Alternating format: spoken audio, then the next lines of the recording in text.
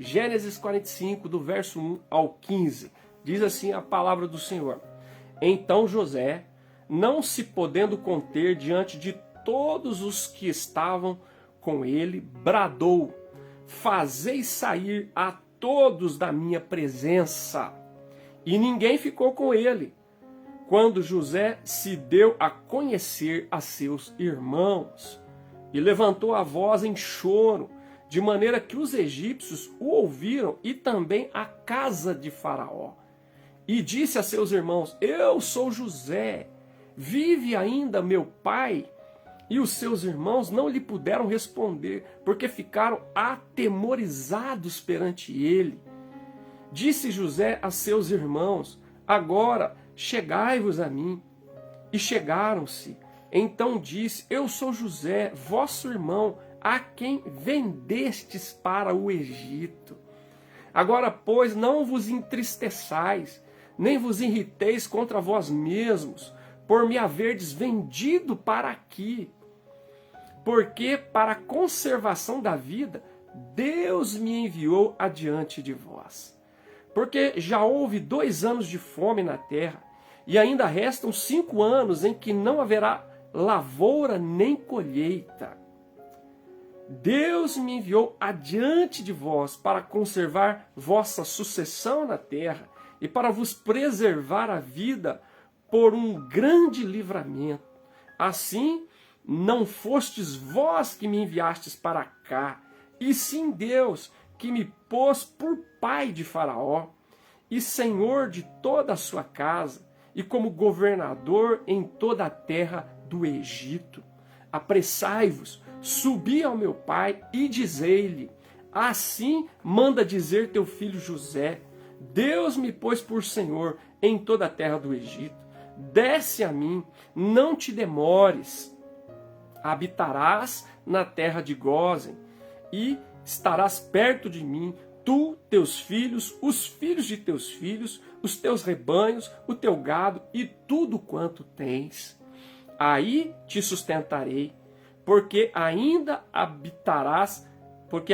haverá 5 anos de fome, para que não te empobreças, tu, a tua casa e tudo o que tens. Eis que vedes por vós mesmos, e meu irmão Benjamim vê também, que sou eu mesmo quem vos fala. Anunciai a meu pai toda a minha glória no Egito, e tudo o que tens visto. Apressai-vos e fazei descer o meu pai para aqui.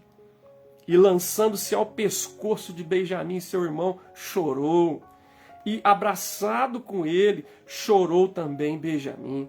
José beijou a todos os seus irmãos e chorou sobre eles. Depois seus irmãos falaram com ele. Essa é a palavra do Senhor para nós essa noite, meus amados irmãos. Gênesis capítulo 45, do verso 1 ao 15.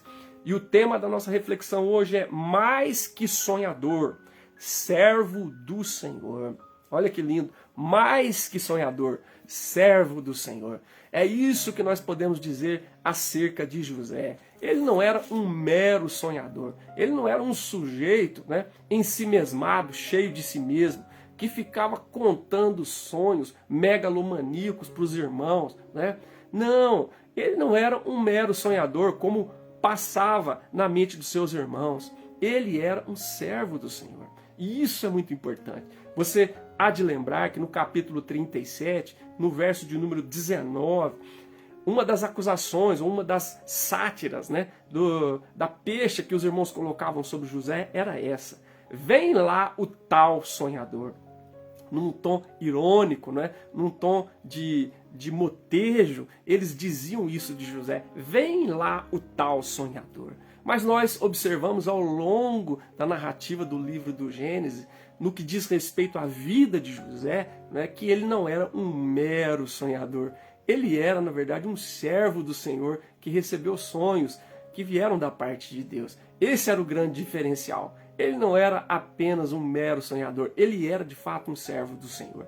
E é isso que esse texto nos mostra, que para além de um mero sonhador, ele era mesmo um homem de Deus, um servo do Senhor. E eu queria mostrar isso para você, porque essa é uma coisa muito importante para nós, não é? A coisa mais importante não é se temos ou não sonhos, e se esses sonhos vão ou não se concretizar, não é? E se eles vêm do nosso próprio coração ou se eles vêm de Deus. A grande questão é se eu e você, antes de qualquer sonho, nós somos ou podemos ser conhecidos e chamados como servos e servas do Senhor. Isso é a coisa mais importante. Porque se os sonhos vierem de Deus, eles haverão de se concretizar. E haverão não só de se concretizar, mas de cumprir propósitos segundo o coração do Pai e não segundo as nossas inclinações ou as nossas vontades. Isso é muito importante. Então a questão é se nós somos de fato servos e servas do Senhor. E quando nós olhamos para esse episódio do capítulo 45, em que José por fim se revela aos seus irmãos, depois de tudo aquilo que foi dito no contexto, né, do capítulo 41, 42, 43, 44, e que seus irmãos vieram buscar, né, alimento no Egito por causa da fome que se abateu sobre o Egito e sobre toda a região, chegando até Canaã. Eles vieram uma vez para buscar alimento no Egito, né, suprimento no Egito, vieram uma segunda vez. Depois de todo esse contexto, agora José se revela aos seus irmãos. Esse é um momento, um momento bastante emblemático na história de José, quando ele se dá a conhecer aos seus irmãos, que até aquele momento apenas sabiam que estavam lidando com um homem muito poderoso do Egito, um governador, alguém importante, mas que não chegava a ser o faraó, mas um homem muito poderoso, mas que eles não tinham a menor ideia de quem se tratava. E mal sabiam eles que se tratavam do próprio irmão, que eles tinham como um tal sonhador. Mal sabiam eles que aquele tal sonhador, né, estava vendo se concretizar cada uma das promessas que Deus havia feito na vida dele. E aquele momento em que eles estavam ali era uma destas horas em que a promessa de Deus também se cumpria. Então é muito lindo a gente observar esse capítulo. E aqui nós vamos observar, eu quero destacar aqui três lições importantes que a gente vê na vida de José, e que ele é não apenas um sonhador, ele é um servo do Senhor. Em primeiro lugar, por que nós podemos dizer que José era de fato um servo do Senhor? Porque ele via a vida da perspectiva da soberania de Deus. José enxergava a vida da perspectiva da soberania de Deus, e não do acaso, e não das circunstâncias, e não meramente das decisões erradas e equivocadas dos seus irmãos. Ele olhava para a vida, e enxergava e discernia e lia a vida da perspectiva da soberania de Deus. É isso que está dito no verso 5. Verso 5 ele diz: não foram vocês que me mandaram para cá, foi Deus. No final do verso 5 ele diz: foi Deus que me mandou adiante de vocês. Ele diz: vocês me venderam para o Egito, é verdade, mas quem me enviou foi Deus que me enviou para cá, na frente de vocês e para o bem de vocês. E aí depois, o versículo de número 7, né? Versículo de número 7 de novo diz, no começo: Deus me enviou adiante de vós. Olha que coisa surpreendente. Depois do versículo 9 ele diz: foi Deus que me pôs como Senhor aqui no Egito. E no verso 8 ele diz: sim, foi Deus e não vocês que me enviou para cá. Então ele lê toda a sua história pregressa, passada, tudo aquilo que aconteceu, né, que o fez vir parar no Egito como um servo, como uma mercadoria, e vir ele ser escravo de Potifar, e vir ele a parar na prisão por causa da mulher de Potifar, até que então ele foi posto para interpretar o sonho de Faraó. Ele olha para toda a sua história, e ele não aponta como protagonista da sua história nenhum dos seus irmãos, nem Potifar, nem Faraó, nem o padeiro, nem o copeiro. O protagonista, o Senhor da sua história era Deus. Era o Deus de Abraão, o Deus de Isaac, o Deus de Jacó, o Deus da aliança. Ele é o Senhor da história. Então ele olha para tudo que aconteceu na sua vida, e ele olha e ele lê da perspectiva da soberania de Deus. Foi Deus que me enviou para cá. Vocês me venderam para o Egito, mas quem me enviou para cá foi Deus. Ele diz isso: foi Deus que me enviou adiante de vocês. Foi Deus que me enviou adiante de vós. Foi Deus que me colocou como pai de Faraó. Foi Deus que me pôs como Senhor de toda a terra do Egito. Não foram vocês, foi Deus. Irmãos, isso é extraordinário. um verdadeiro servo e uma verdadeira serva do Senhor, ele olha para a vida da perspectiva da soberania de Deus. Independente daquilo que fizeram ou deixaram de fazer e que prejudicou a sua vida, independente, né, das dores, das tragédias, das desilusões, das frustrações, né, das perdas, né, das injúrias, ele olha para a vida da perspectiva da soberania de Deus. José olha para tudo o que aconteceu, ter sido jogado numa cisterna, ter sido vendido como uma mercadoria, ter ido parar na casa de Potifar como um escravo, ter ido parar na prisão de maneira injusta por conta das tramas da mulher de Potifar, ter sido esquecido ainda mais 2 anos pelo copeiro-chefe naquela situação de prisão. Mas ele olha para tudo e ele não lê essas coisas a partir dessas figuras e dessas personagens.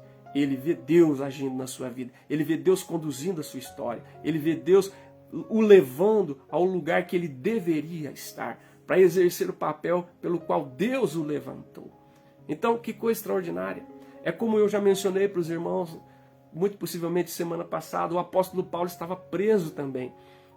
A carta de Paulo aos Filipenses diz isso. Ele estava preso, não é, de maneira injusta por causa de ser um pregador do Evangelho.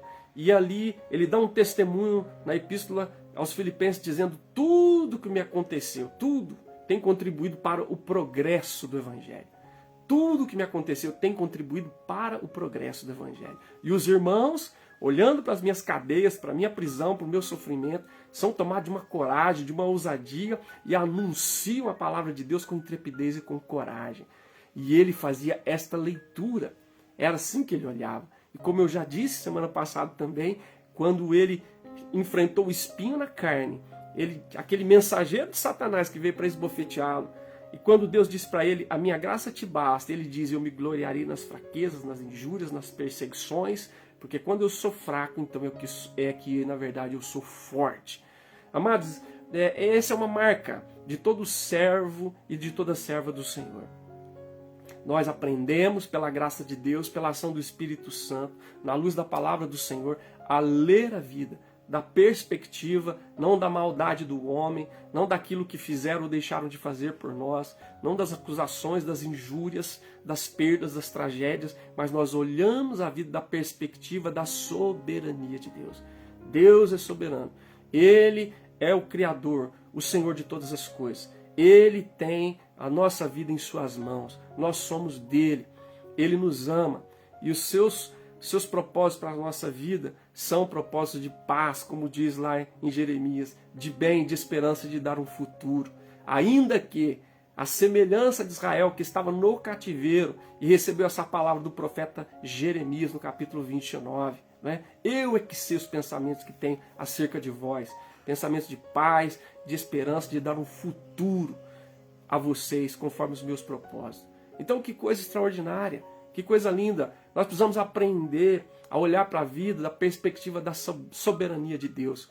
Conosco não é acidente, não é coincidência, não é acaso, não é destino. Deus é soberano e Ele tem as nossas vidas em suas mãos. E a vontade dEle é boa, agradável e perfeita. E a palavra de Deus diz que todas as coisas cooperam juntamente para o bem daqueles que amam a Deus, daqueles que foram chamados segundo o seu propósito. E a gente vê esse exemplo daquilo que Paulo apresenta para nós como um conceito em Romanos capítulo 8, né? Todas as coisas cooperam para o bem, um conceito que Paulo nos ensina na Epístola aos Romanos, exemplificado na vida e nas palavras de José. Não foram vocês que me trouxeram para cá. Não foram vocês. Vocês me venderam, tá certo? Vocês me jogaram na cisterna. Vocês me traíram. Vocês me invejaram. Vocês me odiaram. Mas quem me trouxe para cá foi o Senhor. Havia um propósito de Deus para que eu aqui estivesse. Então eu olho para a vida da perspectiva da soberania de Deus. Isto é maravilhoso. Isso é marca de servos e servas do Senhor. Que Deus nos ajude, que eu e você olhemos para a vida da perspectiva da soberania de Deus. Porque a última palavra sobre a nossa vida não vem dos inimigos, não vem de Satanás, não vem das circunstâncias, não vem das tragédias, vem do Senhor. Ele é o Deus da nossa história, Ele é o Deus da nossa vida, Ele é o Deus soberano sobre todas as coisas. E José olha para a sua história passada, pregressa. Olha para aquele momento de reencontro com seus irmãos e tenta acalmá-los e dizer, olha, não foram vocês, foi Deus que me enviou. Me enviou adiante de vocês e para o bem de vocês e para a glória do nome dele. Que assim seja na nossa vida em nome de Jesus. Segunda coisa que eu acho lindo, José via a vida da perspectiva da soberania de Deus. Segundo, ele discerniu o cumprimento do sonho, no cumprimento dos sonhos, a vocação de Deus. José viu seus sonhos se cumprirem. Aqueles sonhos que pareciam loucura para os seus irmãos, megalomania, um senso de grandeza desproporcional. Os irmãos achavam loucura, achavam arrogância, pretensão, né? Um sujeito cheio de si. Não, ele viu cada uma daquelas coisas se cumprindo, os irmãos se prostrando diante dele várias vezes. Desde o capítulo 42, eles se prostram várias vezes diante de José, né? E de fato se cumpre aquilo que José sonhou, né? José, como diz o texto, se tornou grande. O texto chega a dizer que ele se tornou como pai de Faraó. Deus o colocou como senhor do Egito. O versículo de número 13, ele diz assim, anunciai ao meu pai a minha glória no Egito. Quer dizer, ele viu se cumprir os seus sonhos. Não eram meros sonhos de alguém que comeu muito e de repente teve sonho, não, era de Deus e se cumpriu, ele viu cada uma dessas coisas se cumprir. Agora o mais lindo, além dessas coisas se cumprirem, é que ele discerniu no cumprimento do seu sonho a vocação de Deus. Deus havia vocacionado. Deus não deu esse sonho apenas e tão somente para que José se satisfizesse, para que fosse um fim em si mesmo seus sonhos, para que ele tão somente desfrutasse de uma posição de senhor no Egito, de glória, de prazer, né, para benefício próprio. Não, para que ele pudesse dizer, olha, eu sou como um pai de Faraó, olha, eu estou aqui como senhor no Egito, olha a minha glória. Não era para que ele se gabasse, não era para que ele dissesse, está vendo como eu estava certo e vocês estavam errados. Não, ele discerniu que o cumprimento dos sonhos estava vinculado, estava atrelado de uma forma inseparável com a vocação de Deus. Por que Deus deu sonho? Por que Deus fez cumprir os sonhos? É por causa da vocação. Deus o levantou para conservar vidas. Ele diz, eu sei, eu entendi, eu discerni por que Deus deu sonhos e eles se cumpriram. É para que eu fosse levantado para a conservação da vida, diz o verso 5. Depois no verso 7 de novo, para a conservação da sucessão de vocês na terra, para preservar a vida de vocês por um grande livramento. Foi para isso que Deus me levantou. Para eu poder sustentar vocês, foi para isso que Deus me levantou, para poder sustentar toda a nossa família. Então veja que coisa extraordinária. Um servo do Senhor como José não é um mero sonhador, é um servo do Senhor, porque ele olha para a vida da perspectiva da soberania de Deus, e mais que isso, ele discerne no cumprimento dos sonhos, das promessas de Deus, a sua vocação. Ele sabe por que aquelas coisas foram dadas a ele, não como um fim em si mesmo, não para o seu prazer, para o seu deleite, para o seu desfrute, ou para a sua vanglória. Não, é para cumprir um propósito da parte de Deus, para conservar vidas, para salvar pessoas, para que o projeto de Deus se cumprisse, para que as promessas de Deus permanecessem de pé. E ele foi um agente de Deus levantado pelo Senhor, para que a promessa de Deus feita a Abraão, a Isaac e a Jacó não caísse por terra. E o povo de Deus fosse preservado, como ele diz aqui no verso 5. Né? Deus me enviou adiante de vocês para a conservação da vida. Verso 7, para conservar a sucessão de vocês na terra, para preservar a vida de cada um por um grande livramento, para sustentar vocês. Veja como é lindo quando a gente tem a graça de Deus de ter sonhos ou promessas que se cumprem, mas que quando a gente vê esses sonhos, essas promessas se cumprirem, a gente discerne para além disso uma vocação, um chamado que Deus nos fez. Deus não nos deu um sonho, Deus não nos deu promessas, Deus não se fez cumprir bênçãos se materializando, se concretizando na nossa vida, simplesmente para o nosso deleite, mas tem um propósito maior, a glória do nome dele, o cumprimento da sua vontade, do seu querer. A gente precisa discernir essas coisas. Você lembra da rainha Esther? Ela foi escolhida e se tornou rainha. E Deus a levantou para aquela posição, para aquele lugar, num momento estratégico em que Haamã decidiu exterminar todo o povo judeu e tramou de uma forma tão terrível, né, que o rei assinasse um decreto para que pudesse ser destruído todo o povo judeu. E então Mordecai diz para ela: será que não foi exatamente para isso que Deus te levantou e te colocou aí nesse lugar onde você está agora, nessa posição de rainha, nessa posição de influência e de possibilidade de acesso ao rei? Então, olha só, por que Deus permite que sonhos se realizem? Por que Deus permite que promessas se cumpram nas nossas vidas? Muito disso é para o nosso bem, com certeza, para o nosso deleite também, mas tem algo muito maior. Tem propósitos grandiosos e eternos, para além de um fim em si mesmo, para mim e para você. Né? José discerniu, Deus me levantou para ser senhor no Egito, para ser pai de Faraó, para ter glória no Egito, para um propósito de preservação do seu povo, para cumprir um propósito muito além do meu umbigo, para glorificar o nome de Deus e para que as promessas de Deus continuassem se cumprindo, o seu propósito eterno se concretizasse para a glória do nome dele. Então, onde é que você está? Quais são as bênçãos que se concretizaram na sua vida? O que é que Deus tem te dado? Que sonhos você tem visto se realizar, se concretizar? Quanta coisa você tem visto, né, se tornar realidade na sua história? Perceba, peça a Deus, Deus me ajuda a discernir por quê.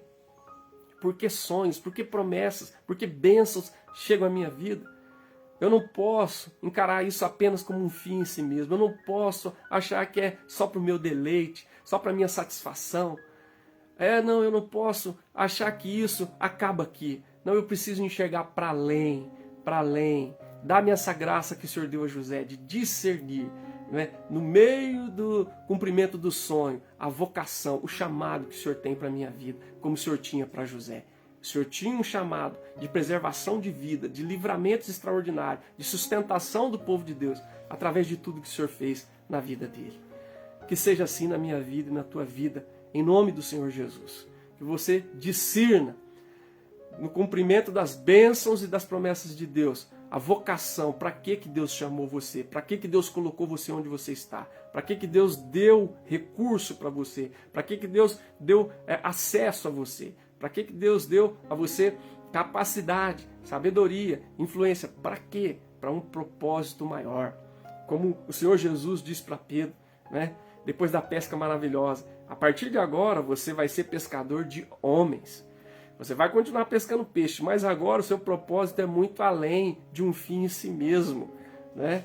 O seu propósito agora é maior. O seu propósito agora é algo que tem a ver com o reino de Deus, com a glória de Deus e com os propósitos eternos do Senhor. José discerniu isso. Que o Senhor nos dê a graça, como servos e servas do Senhor, de discernir a nossa vocação em meio às bênçãos e aos cumprimentos de sonhos e da palavra de Deus na nossa vida, para a glória do Senhor em nome de Jesus. É lindo. E também, irmãos, em José nós vemos que ele é não apenas um sonhador, mas um servo do Senhor. Ele via a vida da perspectiva da soberania de Deus. Ele discerniu no cumprimento dos sonhos a vocação de Deus. E ele deu sinais de alguém que experimentou quebrantamento da parte de Deus.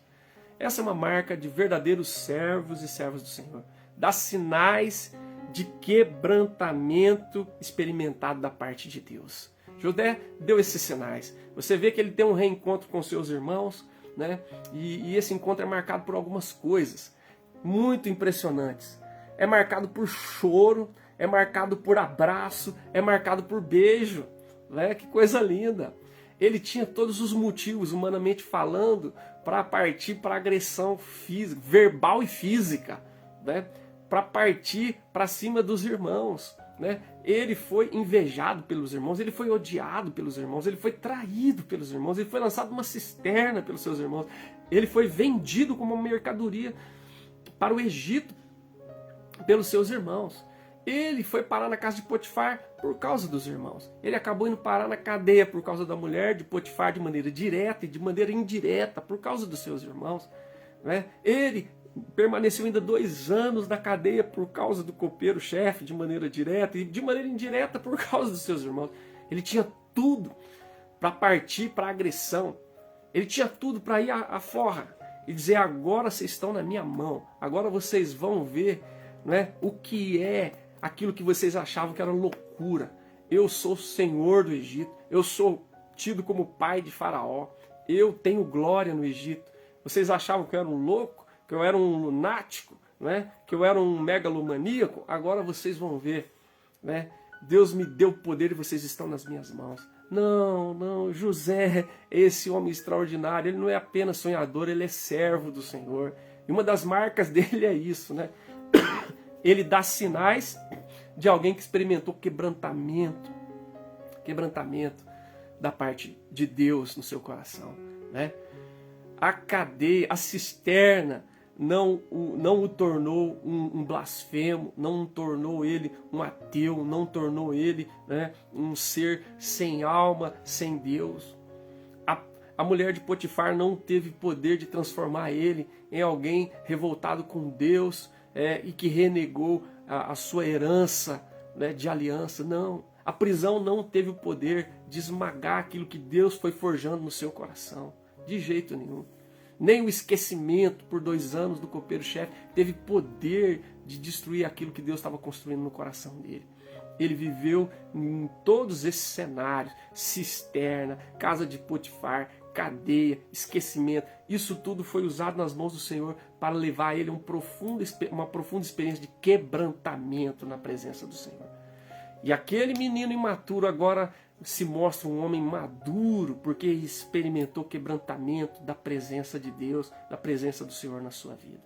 Então ele responde não com soco, não com grito, não com impropérios, não com vingança, não com morte. Ele responde com choro, ele responde com abraço, ele responde com beijo. O texto diz, no versículo de número 2 ainda, né? Versículo de número 2 diz: levantou a voz e chorou. E ele chorou tão alto que os egípcios ouviram, porque ele tinha mandado sair todo mundo que estava ali na presença dele, ficou só ele e os irmãos, mas todo mundo ouviu o seu choro, né? Aquilo que estava entalado, né? Aquilo que estava ali vazou de maneira saudável. Ele chorou e os egípcios ouviram, a casa de Faraó ouviu. E é lindo, a primeira coisa que ele pergunta é pelo pai dele. Ele não lança em rosto os irmãos, ele não diz: olha o que vocês fizeram comigo. Ele pergunta do pai. A grande preocupação dele é o pai. O nosso pai está vivo, é isso que ele quer saber. O foco dele é o seu pai. E ele manda falar para o meu pai como eu estou: tragam depressa o meu pai. Ele não agasalhou a mágoa, o ressentimento, o rancor, o ódio pelos irmãos. Ele cultivou a saudade, o desejo do reencontro com o seu pai. Olha que coisa linda. Isso é sinal de gente que experimentou quebrantamento. Quebrantamento. Louvado seja o nome do Senhor. E ele também, né, ele perdoou seus irmãos. É lindo o que ele faz com os irmãos. Olha só, ele diz assim: vocês me venderam para o Egito. Versículo 4, né? Eu sou José, vosso irmão, a quem vendestes para o Egito. Vocês me venderam para o Egito. Agora olha o verso 5. Agora, pois, não vos entristeçais, nem vos irriteis contra vós mesmos, porque Deus tinha um plano além dessas loucuras e dos equívocos e das decisões estapafúrdias que vocês tomaram. Graças a Deus que o Senhor é soberano acima das loucuras, das decisões erradas, né? das coisas que nós fazemos e que são obra da nossa carne e que não estão debaixo não estão submissas à vontade de Deus. Né? Louvado seja o nome do Senhor. Ele falou: não entristeçam, não se irritem contra vocês mesmos. Eu discerni que Deus tinha coisas grandes para fazer. Veja um homem quebrantado. O foco dele não é a raiva, não é o ressentimento, não é o ódio, não é a amargura, não é a vingança dos irmãos, é a saudade do Pai. É o desejo de reencontrar o Pai. E também o perdão que ele concede aos irmãos. Não se irritem contra vocês mesmos. Não, fiquem tranquilos. Né? E depois ele vai, verso 14, ele se lança no pescoço do Benjamim e abraça o Benjamim, chora, e o Benjamim não consegue resistir, chora com ele. E o mais lindo, verso 15, irmãos, José beijou todos os seus irmãos e chorou sobre eles. Você já imaginou? Abraçar e beijar o Benjamim, tudo bem, era o seu irmão, caçula, filho da mesma mãe. Mas os outros todos os outros que participaram daquela trama terrível, né, que o fez ir parar no Egito, ele abraça, ele beija, ele chora sobre cada um dos seus irmãos. Seus irmãos ficam perplexos, né? O verso 3 diz assim: e os seus irmãos não lhe puderam responder porque ficaram atemorizados perante ele. Ficaram mudos, ficaram, sabe, embasbacados, não conseguiam, perderam a ação. E aí diz o verso 15 que depois disso os irmãos falaram com ele. Gente, que coisa linda, que coisa extraordinária. Esse é José. Não apenas um sonhador, um servo do Senhor. Né? Por que ele era assim, um servo do Senhor?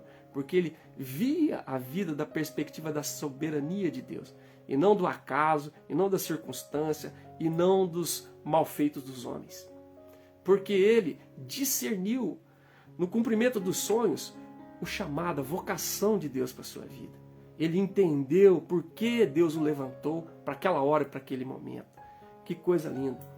E ele deu sinais claros e inequívocos de alguém que experimentou quebrantamento da parte de Deus no seu coração. É isso que nós gostaríamos de que Deus nos desse em nome de Jesus.